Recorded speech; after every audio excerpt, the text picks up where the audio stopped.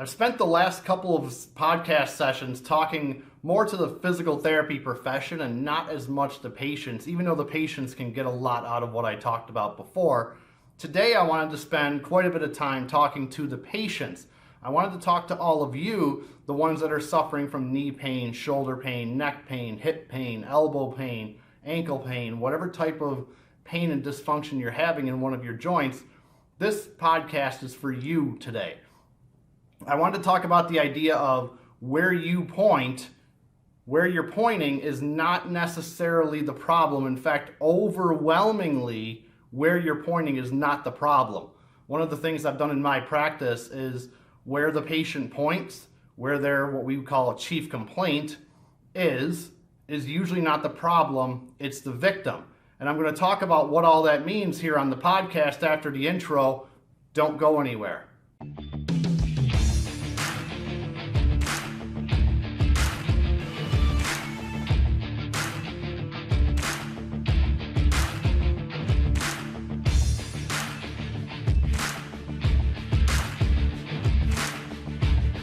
Defending mediocrity in our profession.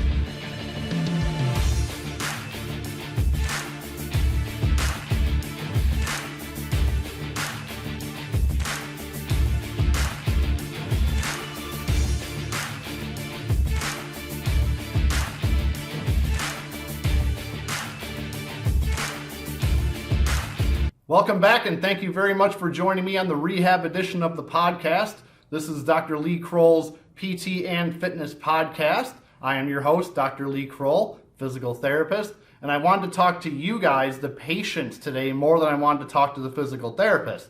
Most of this podcast so far has been talking about the profession and what we're doing on the profession side of things that's devaluing the product. Today, I want to talk to the patients a little bit more and give you an understanding of what your pain really means and what a solid comprehensive treatment program should entail.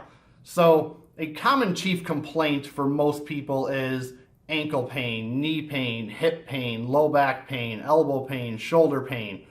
And what I've found over the years in practice is where the patient points, here, wherever, is often not the problem, it's the victim. And if I treat just the area where the patient points, I can make them feel better temporarily, but I'm not going to make them better.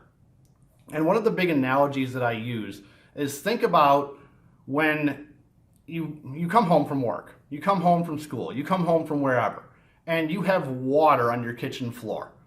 What do? You mop up the water on the kitchen floor. If it's there the next day, you're still going to mop it up, but you have to start looking around. What else could be causing that water to be there? Is it a leaking pipe under the sink? Is it the ceiling? Is there a leak there? Are your kids being reckless when they're washing dishes or using the sink? Are they spilling water all over the place? Is your cat knocking the water bowl over? What's going on that's putting the water there? The water on the floor alerts you to a problem, and that problem requires a little bit more looking into and some investigation. Now, imagine if you found out that, hey, there's a leaking pipe under the sink and the plumber that you hire comes over to mop the floor and hands you a bill. Here you go, this is your invoice. You'd be pretty unhappy if the plumber just came over to mop the floor and not fix the real problem, or even determine if the pipe was the problem in the first place. Physical therapists do very similar things. So your elbow pain, your shoulder pain, your knee pain, your ankle pain, that's more of an alert to a problem. It's more the victim than it is the problem. So why do we, as physical therapists, why do you as patients put up with just working on your shoulder, just working on your knee, just working on your ankle? And this happens all the time. We see a medical diagnosis of a shoulder impingement and we do the same 3, 4, 5 exercises all the time. The reality is the body works as a complete unit. It is not just one particular body part. It is a whole thing working together. The analogy I would give people for this one is if you've worked a job or you've done a project, a group project in school, which everybody hates. And the reason everybody hates them is there's always that one person who doesn't pull their weight. And everybody else in the class, everybody else in the group wants to get an A. Everybody else in work wants to be able to do their job. So they start picking up more work, they start getting burned out, they start getting tired and fatigued, they start becoming grumpy, and they're showing the symptoms of a problem, but the reality is the problem is the person not doing their work in the group. Everybody else has to pick up the slack because this person over here isn't doing their job. And the body works the same way. I had a woman come in the other day. I was just working with her on personal training stuff, but she was telling me that my elbow is starting to hurt. I'm starting to get pain right here. She was wearing one of those guards, one of those braces around the proximal forearm, which is the closer part of the forearm to the elbow. And it was helping a little bit, but it was not solving the problem in any way, shape, or form. And after a pretty quick assessment, quick look at, I was able to find out that the thoracic spine was not moving the way it was supposed to. So a quick manipulation of the thoracic spine, recheck the area. You always check and recheck. Any good physical therapist during every session will be doing this. From a patient standpoint, this is what you should be looking for. They should be checking and rechecking to make sure that the intervention or what exercise, what activity, what manual therapy they're doing actually makes a difference. If it doesn't, then there's no point in you doing it. So I checked and she got better. One thoracic manipulation. So I already know that thoracic mobility is a problem, and if we address it, it's going to make it better. But she's pointing here, the inner part of her elbow. Why did working on the mid-back, the spine of the spine where the ribs attached to it, why did that help? And the explanation I gave her was, if the thoracic spine is not moving the way it's supposed to, then the shoulder tends to lose its stability. When the shoulder loses its stability, that makes the whole arm suspect because there's no stable surface to push, pull, grab, and carry off of. Hence, you have to over grip. Now, you can see on camera with me doing this, you can see these muscles going right down to the inner part of the forearm. Everything that does this, essentially, either flexing the fingers or the wrist, tends to come from this part of the arm, right at the elbow. So those tendons, those muscles were having to work way too hard because the shoulder was unstable. The shoulder was unstable because the thoracic spine wasn't moving the way it was supposed to. So a quick and easy assessment of that found out that this was not the problem. This was not the first place I looked at all. I knew it wasn't the problem. I knew it was the victim. So as a patient, how many times have you gone to physical therapy? How many times have you gone to a physician? You're pointing at an area and that's where the person looks. That's the only place they look. They don't look at the rest of the body. They don't look at how the rest of the body operates. This is a common problem in all medicine. It's not just physical therapy, it's all medicine. So I can speak to the physical therapy side of things, not so much the MD-DO side of things, but from a PT standpoint, this happens all the time. As a patient, what you really want to do is you want to find a physical therapist that's not only going to take care of the pain at that area, which is what we did with another activity and exercise a little later on. We took care of the onset of pain at that point in time, but you want the physical therapist, the chiropractor, the athletic trainer, whoever you're working with, to actually fix the problem and address the problem. If we don't fix the reason that these flexors were overworking, then the person's never going to get better. You, as a patient, are never going to get better. I had a professional soccer player come in to work with me. Chief complaint, big problem was right knee pain. He couldn't play a game without having to sit out for X amount of time, and that doesn't work if you're going to be a professional. One thing he was surprised about was how little pain he had at the end of our very first session, and I never touched his knee. I never even looked at his knee. I did diaphragmatic breathing, which was a problem for him, and I did ankle mobility, which was a problem for him, and the knee pain went away. It wasn't an anatomical problem that had to be fixed. I can't fix anatomy. No physical therapist can fix anatomy. Here's a little pro tip for you as a patient. If you have a torn anything or a broken anything, the physical therapist can't do anything about that. It's going to heal on its own or it isn't. And if it's a real problem, the physical therapist will know pretty quickly that it's a real problem because nothing we do will work. And then you have to go see a surgeon. I've done that many times. Within the first session, I know if anything I'm going to do is going to work. And I'll tell the person right away, I can't change this in any way, shape, or form. I can't make it better. I can't make it worse. You should probably go see a surgeon. I don't need 14 visits to figure that out. I can work with a person for pre-surgery to say, okay, let's get you in the best condition possible going into surgery. But the idea that I can fix any type of anatomy is just bogus. I can't do it. I can't change any anatomy. It's either going to heal or it won't. But here's a big thing I want you to understand as a patient. Bad anatomy does not equal symptoms. And symptoms do not equal bad anatomy. What do I mean by that? If you have pain, it doesn't mean something's broken. If something's torn, it doesn't mean you're going to have pain. It doesn't even mean you're going to have inflammation. If I put anybody that comes in my door, if I put them through a full body MRI, if I have them go through a full body MRI, the radiologist will find problems. They will find things that are torn. They will find things that are agitated. They will find arthritic changes. They will find this in anybody over the age of 35. Pretty much anybody age over 25, they're going to find some sort of problem. But the person doesn't have symptoms. So the idea that it hurts here, something here is broken, it hurts here, something here is broken, is not necessarily true. And even if it is, it doesn't mean it has to be fixed. It only has to be fixed, in my experience, when nothing we do from a conservative standpoint helps it. You have a torn rotator cuff? Fine, I can't fix it anyway, but if I can improve all of your range and your function and reduce your pain, then I tell people there's no reason to go get it fixed. If you have a torn rotator cuff and nothing I do makes it better, there's nothing I can do to improve it, then you probably should go have it fixed. But I really want you as a patient to separate the idea of bad anatomy and symptoms. They are not the same thing. They are related, but they don't always line up. Just because you have a problem, a disc degeneration or a torn rotator cuff or an arthritic change in the knee, it doesn't matter. It doesn't mean you're going to have symptoms. If you have symptoms and we can't reduce them, then maybe something should be done about the bad anatomy, but that's really the only time that's true. It isn't just, it's broken here, it has to be fixed. One thing I really want you to understand is that you have to look at the body as a whole. The therapist has to look at the body as a whole. If you are in a PT clinic, that's a question I want you to ask of your physical therapist. If they're working on the shoulder, I want you to say, what could be contributing to my shoulder not working well? Why is my shoulder not doing its job? Is there a problem at my hip? Is there a problem at my knee? Is there a problem at my ankle?